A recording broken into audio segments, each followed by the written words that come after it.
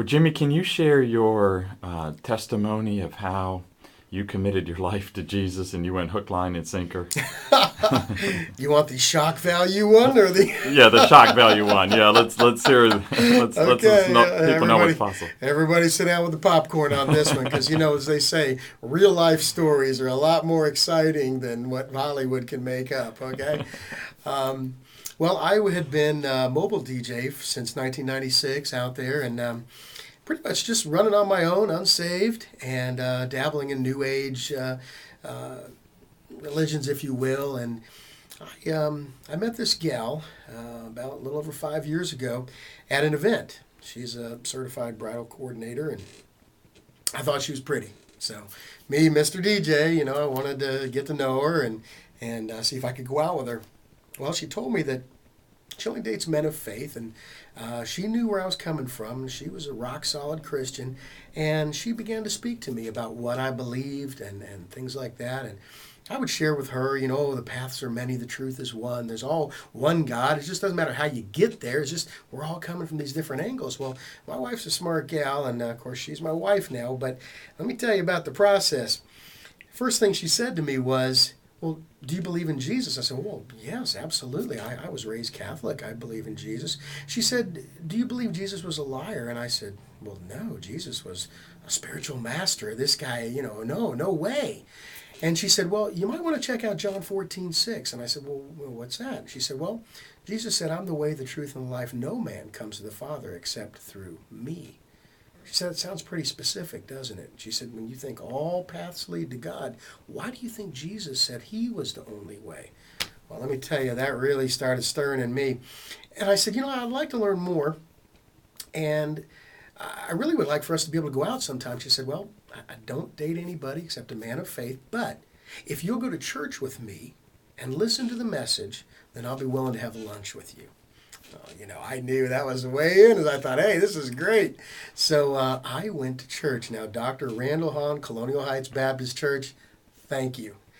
I heard the Word of God preached that day like I'd never heard before. It hit me. It struck me in a way that choked me up, made me want to laugh. I was just blown away by it. It stuck in me.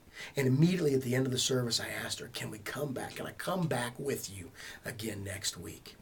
And certainly I did.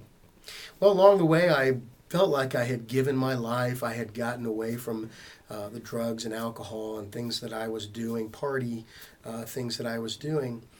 And on my wedding night, we eventually decided to get married. On my wedding night, I had a full open bar for all of my unsaved friends that were still my friends.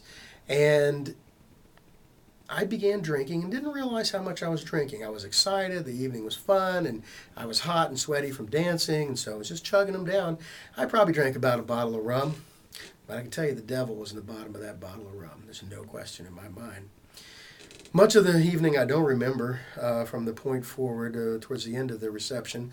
I was dropped off at my house with my wife by a friend.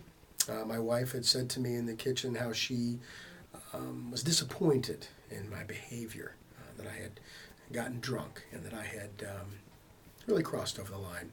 Well, I was angry about that and entered into yelling, and I really had just lost control. So I was yelling at her, and my neighbor had decided that they were going to call the police. They heard me yelling from next door. Well, the police showed up, and they talked to my wife and told her to go to her parents. Were staying in a hotel. They had come in from Tennessee. And they told me, you stay here, sir. If you don't, you'll be going to jail tonight. I don't want to see you on the street. And I said, okay, whatever, I'm sure. I don't remember too much after that. But then I do remember that I decided at some point I'd get on the highway and go to a friend's house. Ex-Navy SEAL, party guy, a lot of fun, and I was just going to blow off this whole thing. You know what? I'm going to go do what I want to do. Well, I got on the highway, and something hit me, and I said, I need to go back. So I turned around, went back home. Well, I live on a long pipe stem cul-de-sac, and as I came down the street, I noticed the police were in my driveway and also parked alongside in front of my house. So I knew that I had to come down and turn around so I could park behind them. What I didn't realize is that when I was coming down the street, I nearly ran down an officer. I didn't see him, because I still don't remember to this day. But as I turned around, the one thing I do remember is he jumped in front of my car with his revolver pulled and yelled, "Stop, or I'll shoot." Now, the officer, as he was arresting me, was visibly shaken. And he said, "You know, I've never had to do that before in my career as a police officer. I came very close to shooting you dead, sir." And he was and I was broken. I felt so bad. I told him, I said, "I'm a Christian and I would never do this. I don't know why this is going on. This isn't me." Well, I apologized to him profusely. I knew I'd done wrong. They took me down. They locked me up. The next morning I got out and I went home.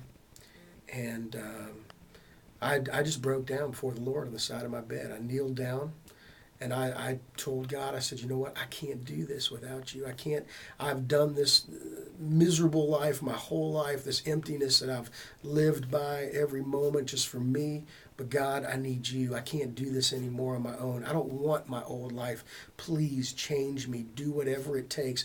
I just want to live for you and for what your plan for my life is. Please restore my wife to me." Well, I called her. Fortunately, I've got some very good Christian in-laws. My wife's a rock-solid Christian, born and raised that way. She chose to forgive me as long as I would work on the situation. Well, I can tell you from that day forward, actually, that God removed any and all desire from my body for alcohol or drugs. I've never had to suffer from that again. No addictive desire